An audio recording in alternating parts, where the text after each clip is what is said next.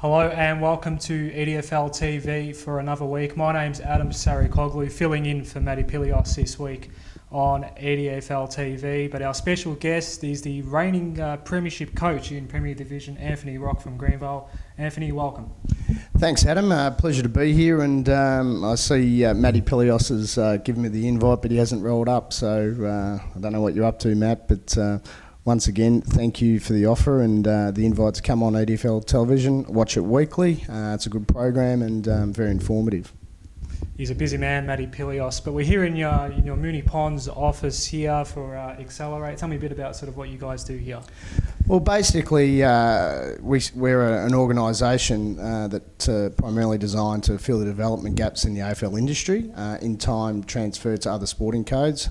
This year we're piloting a program around long-term athlete development and participation that has a coach parallel education program with a couple of EDFL clubs. It's really critical, the role of the community coach and the impact they can have on kids' lives. So what we're trying to do is just support those coaches through post their level 1 accreditation and hopefully build their knowledge, upskill, and then so they can pass that knowledge on to the kids.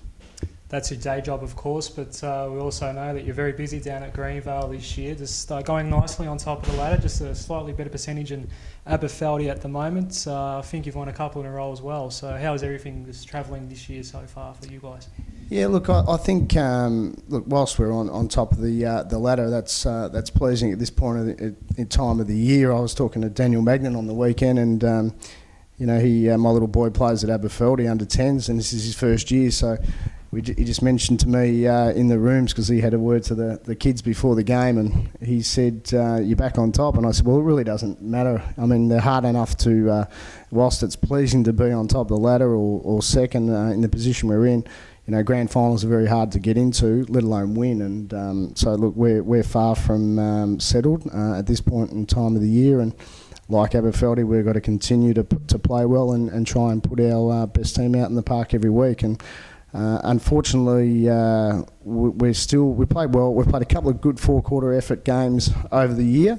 We've struggled to have some continuity with our consistent lineup from week to week. We've given some opportunities to young kids, and over the last couple of weeks we've had the opportunity to play Julian Amalia out of the 18s, and he's showed a little bit, and we'll continue to do that as a football club. It is that time of year, isn't it, where there's a lot of injury concerns, but we'll get stuck into sort of last week's results. It was a lot of big games in all three divisions, but firstly, speaking of teams that are injury-riddled at the moment, you faced a very, undermanned Keilor outfit on their turf, and won quite significantly in the end, 8-11-59 Keilor. You guys were 21-12, 138.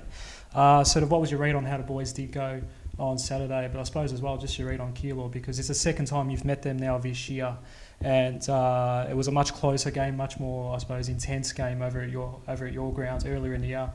What was your take on how the boys went? Yeah, I think early in the year that Keilor certainly came in with a deliberate plan to hold on to the football and put numbers behind the ball and possess the ball, and we didn't adjust too well, and they certainly got a lot of shots on goal, and there's no doubt that they kicked 2-10 in one of the quarters, and basically, if you're doing that, it's pretty hard to win games of football. So they would consider themselves pretty unlucky to lose that original game. Also, then we have a rematch against them at Keilor last week. There's no Joyce, Papalia or Marcy, so that does hurt a premier club like that, and there's no doubt that they've certainly moved the ball well, Adam, and they certainly, in the first quarter and a bit, it was a bit of an arm wrestle. Late in about 10 minutes to go in the second quarter, we opened up the game, we kicked 5 in a row, and I think that was pretty much of the ball game. There were 4 other games, of course, in the Premier Division, the Westpac Premier Division, of course, over the weekend. Second place, Aberfeldy, of course, level on the win-loss ratio with you guys at the moment. They got the job done in a relatively low-scoring affair over Airport West. It was 9-14-68 Aberfeldy, and Airport West 6-7-43. Marcus Kenny, just 2 goals for Airport West. Yeah, look, he's obviously their main focal point up there, Adam, and certainly if opposition sides can limit his impact, and he's their key target up forward, so they tend to direct a lot of traffic through there. So if he's not kicking the multiple goals, then I think Airport West can struggle.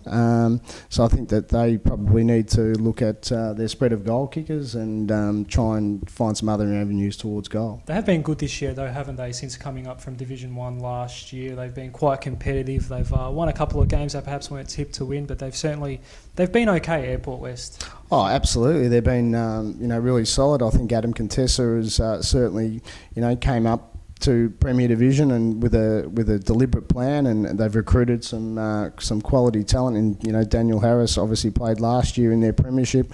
Now they've got Gavin Urquhart into their lineup, but there's no doubt, and also Adam's been an AFL player himself, so I think they've recruited quite well, and if you've got a key target up forward like Marcus Kenny, they're always going to be dangerous, and they've got some really good periphery speed, so that always gives them an opportunity. If they've got some hard nuts that can win it inside, but once they get it outside, they've got some run and spread as well. Probably the game of the round in the Premier Division was at Rayburn Reserve on Saturday. Pascoe Vale, I think they've only won maybe 2 games so far this year, and they almost got the job done against Avondale Heights. The final score was 13-17, 95 Paco, and Avondale Heights 13-21, 99.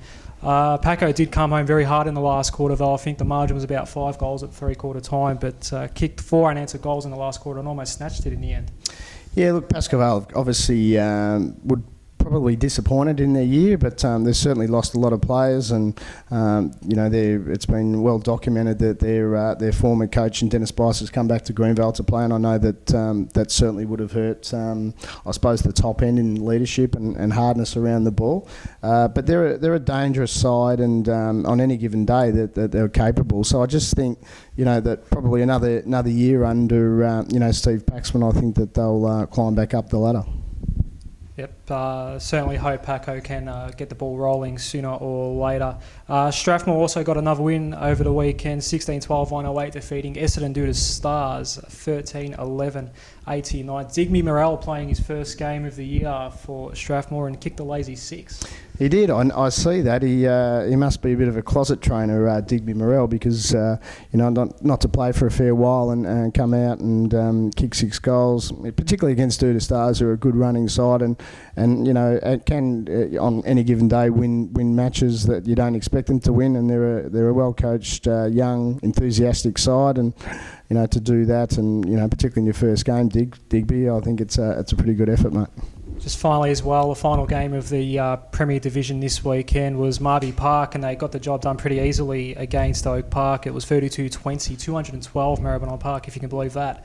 Oak Park can only get 3-10-28. We know Oak Park's been struggling this year in the Premier Division. They still haven't won just yet, but I think Marby's recent form, they've knocked over a couple of good teams, and obviously over the weekend they've continued that form. They've got you guys this week coming up. We'll get into that a little bit later, but what's your take on Maribyrnong Park at the moment, just the form they have had? They've knocked over Strathmore and Aberfeldy now.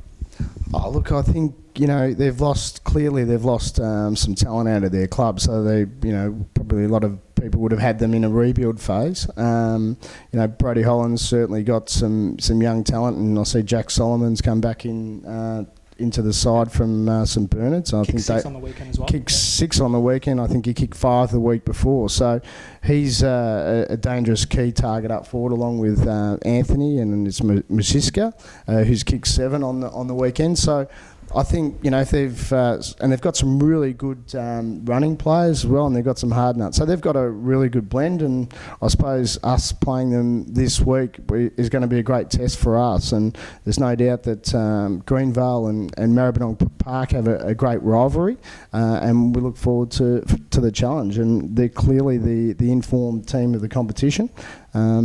Whilst having said that, Oak Park, I don't think they had Jack Pascoe last week, and a couple of key outs in Hooper and Masha Pascoe. So I think it was certainly, in terms of the score that they kicked, and they kicked 32 goals, is an outstanding effort. Yeah. There were 4 big games in Essendon 4 Division 1 action as well over the weekend, and the broadcast game on 98.9 Northwest FM, it certainly delivered. It was between Glenroy and Taylor's Lakes, and in the end it was the 46ers that got the job done in the end, 16-8, 104, defeating Taylor's Lake's 13-10, 88. Glenroy was up by 6 goals at three-quarter time. Taylor's Lake's got within a kick with just a couple of minutes to go, but Glenroy just held on in the end. Aaron Kite, leading goal kicker in Division 1, kicked 4 goals along with Rodney Carruthers as well. And Ethan Hope was pretty good as well, the youngster. Coming up from the 18s. He was the Viking Protein player of the day, as was Adam McPhee against Strathmore a couple of weeks ago when we did you guys. Glenroy, one of the better teams in the division, obviously. What was your take there? Oh, look, I don't know too much. It's very hard for me to comment, but I'm really, intrigued by who's going to be the next team that comes up in the Premier Division. And, having played Taylor's Lakes a couple of years ago, I thought they were a very competitive side and didn't get a lot of wins on the board, but they were certainly thereabouts and really, really competitive. So I see, Tullamarine and and Taylor's Lakes are really up there. I understand that West Coburg's dropped off a little bit, but they would have lost a bit of talent.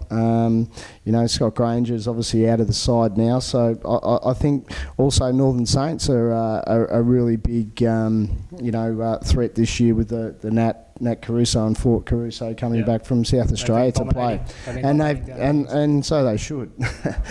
Premier players, and so we look forward to. I know that we're talking about Glenroy and Taylor's Lakes here, but I'm interested to see who actually comes up and plays in Premier Division. It's been an intriguing division all year, Division 1, but the 3 other results, one club that you have had a look at recently in Craigieburn, unfortunately did get relegated at the end of last season, and they had a chance to win their second game of the year on the weekend against Hadfield, but unfortunately fell 5 points short in the end. Craigieburn, Hadfield had been the only team that they've defeated so far, but their second meeting not quite.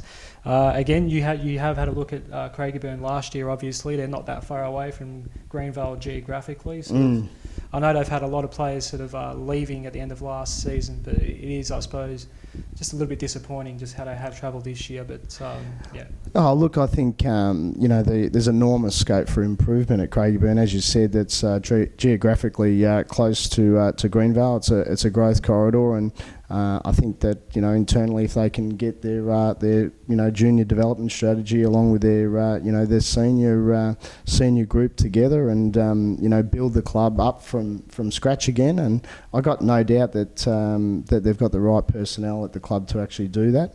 So I look forward to them rebounding, and whilst it's disappointing to go from where they were last year and the year before, that's to me that just spells out opportunity. And I see my old club Hadfield got up by 4 points, and well done to Robbie Don there.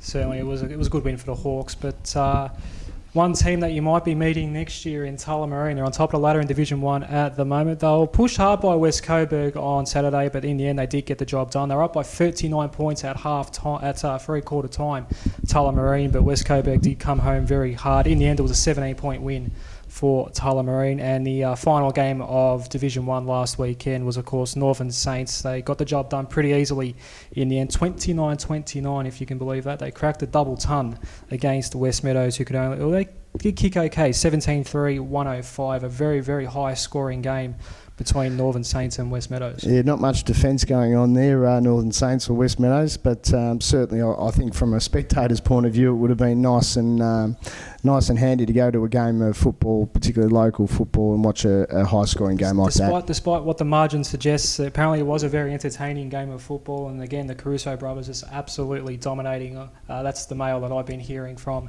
that particular game. But we'll go into some Division 2 results now. Again, 4 big games on the weekend, and the biggest, I suppose, upset of them all, probably one of the biggest upsets of the season to date, was East Keilor getting the job done over Moonee Valley, who have tailed off a little bit, it has to be said, in the last couple of weeks, but the Cougars, very big winners in the end, 17-12, 114, getting the job done over Moonee Valley, who scored 10-11, 71. East Keilor had 12 individual goal kickers on the day. It was a really, really good spread by them, and they trailed by 2 points at three-quarter time, but it was an amazing 11 goals kicked in the final term. It was a bit of a shootout, and in the end I suppose they even gained some percentage.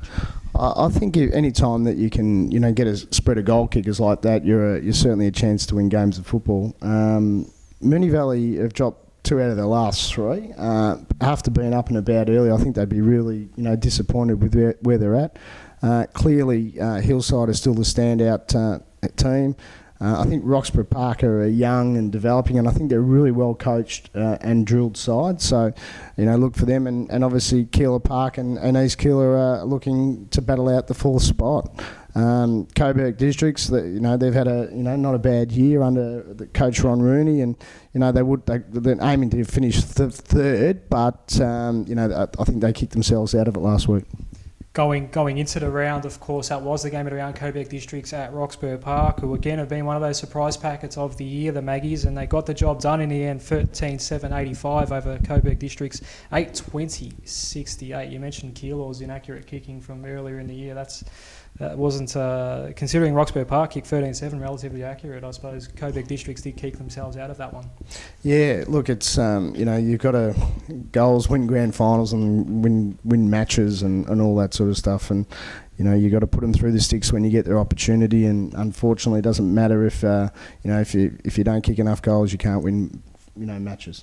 Another club that's not far away from Greenvale is Jacana, and they got their second win of the year against East Sunbury. It ended up being quite a good win as well, 27-14, 176.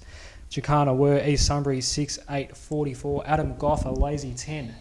Yeah, nice day at the office, Adam. Well done, buddy. Look, Jacana's an old stomping ground of mine as well, so good luck to Jacana. And I know East Sunbury are a new club and certainly finding their way, but congratulations to Jacana on kicking a really good winning score. Playing coach Matty Soko kicked 3 as well. The final game of the round, of course, a benchmark in Division 2 has been Hillside, especially with Moonee Valley tallying off the way they have in the last couple of weeks. And Hillside really made a statement on Saturday against Keilor Park. 25-14, 164 Hillside, defeating Keilor Park 3-5-23. And again, my man Fabio Delizia, former soccer player who was under 21 Australian soccer player, gave up soccer, and he's playing footy this year with a couple of mates down at Hillside, and every week he's kicking a bag. He's had a few injury concerns this year, but to kick 9 against pretty quality opposition, Keilor Park. They met earlier in the year in one of our broadcast games, and it was a much closer affair, but Fabi to kick 9, that was a great effort. He must be earning a packet if he's given up soccer. He's been at a few Victorian Premier League clubs, of course, but I think he was just seeking a break from soccer this year. He's got quite a few mates down at Hillside, and he's really loving his footy. Oh, well, that's good. I'd be enjoying my footy if I was kicking 9 too, Fabio. And that win, of course, now Hillside clear top of the ladder in Division 2, 10-1 Hillside. Moonee Valley dropping down to 9-2 on the win-loss ratio. But that was last week, and round 12 is promising a lot more bigger games as well in all 3 divisions. We'll start in Division 2. We've got 4 big games coming up. Moonee Valley will be hoping to bounce back, as will Keilor Park this week, and they meet each other on Moonee Valley's turf. Yeah, look, once again, I can't, I'd be derelict, and it's an uneducated guess because I don't do that much research on this division. Put you on the spot there, haven't I? You have put me on the spot, but that's okay. But I'll just take a stab. I'll tip Moonee Valley to bounce back. Yep. Coburg Districts and East Sunbury, I think most people will be going with Coburg Districts in that one. Jacana and East Keilor. Jacana's been pretty competitive this year. Looking at their percentage, it's considering they're 2-9, their percentage of 80 shows that they're not really being blown out this year. So expect them to put up a good show against East Keilor. But the final game, probably the game of the round yet again, Roxburgh Park and Hillside. The winner will really cement themselves in the top 2, even though Roxburgh Park 2 games behind Moonee Valley on the ladder at this stage. If they can get the job done over Hillside, that'll certainly cause a few ripples within Division 2. Essendon Ford Division 1 action as well. A couple of big games coming up this weekend. One down the lower end of the table, the relegation battle between West Meadows and Craigieburn will be heating up. They do battle down at Willowbrook Reserve, a home game there for West Meadows. Hadfield and Tullamarine is a little bit of an interesting one. Obviously, your old stomping ground. Yep. At Hadfield, they'll be hoping to get the job done against Tullamarine, but you would have to think Tullamarine can continue their good run. I think you would have to tip. You'd be mad if you tipped against Tullamarine. Yep. Certainly. Interesting game, this one, Taylors Lakes and West Coburg. If you look at the form line, you'd probably think Taylors Lakes should bounce back against West Coburg, but there's just a few whispers that West Coburg might be able to sneak in a little upset here at Lionheart Reserve on Saturday. Look, I'll tip Taylors Lakes. As I said, I'm a really big fan of Taylors Lakes, particularly when they're in Premier Division. So, and I do, keep an eye on their results. And at Lionheart Reserve, they'll be pretty hard to beat, I would imagine. And the game in a round, of course, in Division 1 will be Glenroy and Northern Saints. Glenroy obviously got the job done quite convincingly against Taylors Lakes for 3/4 anyway, even though Taylors Lakes did come back late. But that's going to be a very interesting contest down at Saw Reserve, Northern Saints. So they'll be highly fancy to get a win on the road here. Well, you'd think it's a match of the round, obviously, and some really good recruits, and you got Lance Whitnell coaching Glenroy, so and the Caruso brothers. So I think this will be a high-scoring game for sure. There'll be a lot of quality on the park for that one. Get down there if you can. That's going to be a top game. But Westpac Premier Division, of course, Rocky, that's where most of your expertise is. There's another 5 big games coming up this weekend. We'll start with Essendon, Duda Stars and Oak Park, again down the lower end of the table. Can Oak Park get their first win of the year? I don't think it's beyond them. One of the things that Oak Park do historically is they do score well. I know that, let's take last week against, Maribyrnong Park out of it. They do have a really good capacity to get forward of the ball and score goals quickly, and so do Duda Stars. So I would expect this game to be a shootout without much defence. Having said that, I'll be picking Duda Stars. Are you a fan of the shootouts just as a coach, or would you rather have the structures all in place? And not for me. Shootouts. Look, whilst they're a great spectacle, certainly you got to have that balance of attack and defence, and my preference is to try and get those both equal. Not that always you can do that, but you certainly got to have the balance of each. Us media types certainly love the shootouts. Oh, God, I know you do. I know about that. But, look, it's all great to watch. There's no doubt about that. But it's not it's not reality, and it doesn't win premierships. Keilor and Pascoe Vale is the next game. 2 clubs that are obviously struggling. You got to see Keilor firsthand last week. They're back at home this week against the Panthers, and they're really desperate for a win now, Keilor. Look, depending on their injury situation, I think that Keilor can certainly get over the top of Pascoe Vale this week. Having said that, if they don't, Pascoe Vale are a chance, and you see that by last weekend's game and having nearly got across the line, and you can't sort of write Pascoe Vale off. But I think Keilor, and if they do get a couple of their key injuries back this week, I think that they'll be too good for Pascoe Vale. Airport West is hosting Strathmore. Again, one of those games where if you looked at it at the start of the year, you probably would pencil in a Strathmore win, but this one really looms as a 50-50 contest, especially on Airport West's home turf. Yeah, it does. It's a 50-50 game, this one. It really, once again, depends on, what the likely ins are for Strathmore. And, them a lot like us have had, a few players that play spasmodically that come in and out of the side. So, it really depends on what sort of personnel that Strathmore have got, and if they have, a full complement of personnel, I think it will be a, fantastic game. I noticed Daniel Harris didn't line up for Airport West. I could be wrong, but I had a look at the list and I didn't see his name from last week. So, if he comes back into the side, and certainly good around the clinches, and I think it'll be, I'd almost put that as, one of the matches of the day. There's a Sunday game this week as well in the Westpac Premier Division. It's Avondale Heights hosting Aberfeldy. These two met, of course, on Anzac Day earlier in the year. It was Aberfeldy getting the job done on that occasion. I think from memory, Danny Castellano kicked 7 big bag last time they met. Avondale, are they much of a chance to pull it off? Look, on that day, it was quite funny because I actually went and watched 3/4, and Avondale certainly took it up to them with their run, their carry, their skill, their talent. And they really skipped away in the first quarter. Castellano, like you mentioned, he must have had a disease because no one actually went near him for the whole day. So I don't think that Avondale will let that happen again, not 2 times in a row. In that game, Aberfeldy certainly were really good and strong around the contest in Cubelo and Patak, and really started to get on top after quarter time. And once again, Aberfeldy can score really quickly, but they can also suffocate you as well. So, look, I would expect at Avondale Heights on the wide open spaces that this is going to give Avondale Heights a real opportunity, in particular to cement third spot. And I think they would go into this game confident that they can beat Aberfeldy. Once again, it's a really, really line ball call, and I'm not too sure, but the results from Aberfeldy over the last couple of weeks, I wouldn't think ideally what Mel Mike will be looking for, but so they'd be looking for a really strong showing this week. So having said that, I'd probably tip Aberfeldy in a close one.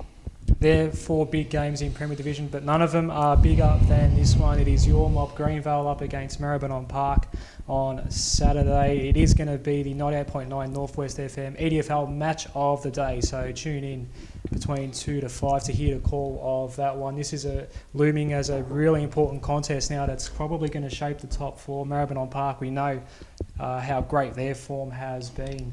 What's the preparation like at this stage for Greenvale? How do you approach a team that's sort of surprised a few with just how good they're travelling right now? Oh, look, I suppose we played them earlier on in the year, and they skipped away to a healthy lead at quarter time. So we're under no illusions what sort of contest we're going to be in for this week. Having said that, they've obviously and clearly improved from last time that we played them. They've got some key inclusions, particularly down forward. As I said, with Jack Simon coming into the side, he provides a really key target.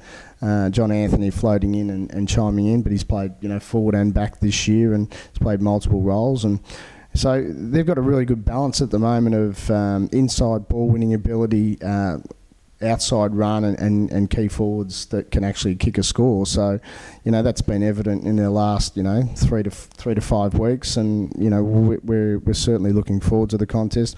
Once again, it's a great rivalry, going back to the previous grand finals and things like that. So we're looking forward to the contest. It's going to be a big week in Westpac Premier Division. The top 4 all playing against each other. If Maribyrnong Park do get up and Avondale go down, Maribyrnong Park will go up to 3rd on the ladder, which will certainly be a big result for them. But that's it for EDFL TV this week. Anthony, thanks for joining us. It's been a pleasure to discuss EDFL footy with you. Thanks, Adam. Hopefully I could provided the viewers with enough information, but certainly no disrespect to D1 and D2, and unfortunately I don't get to watch much of your football. But all the best to all the divisions and all the teams on the weekend. Take care. Have a good week. We'll be back next week with EDFL TV.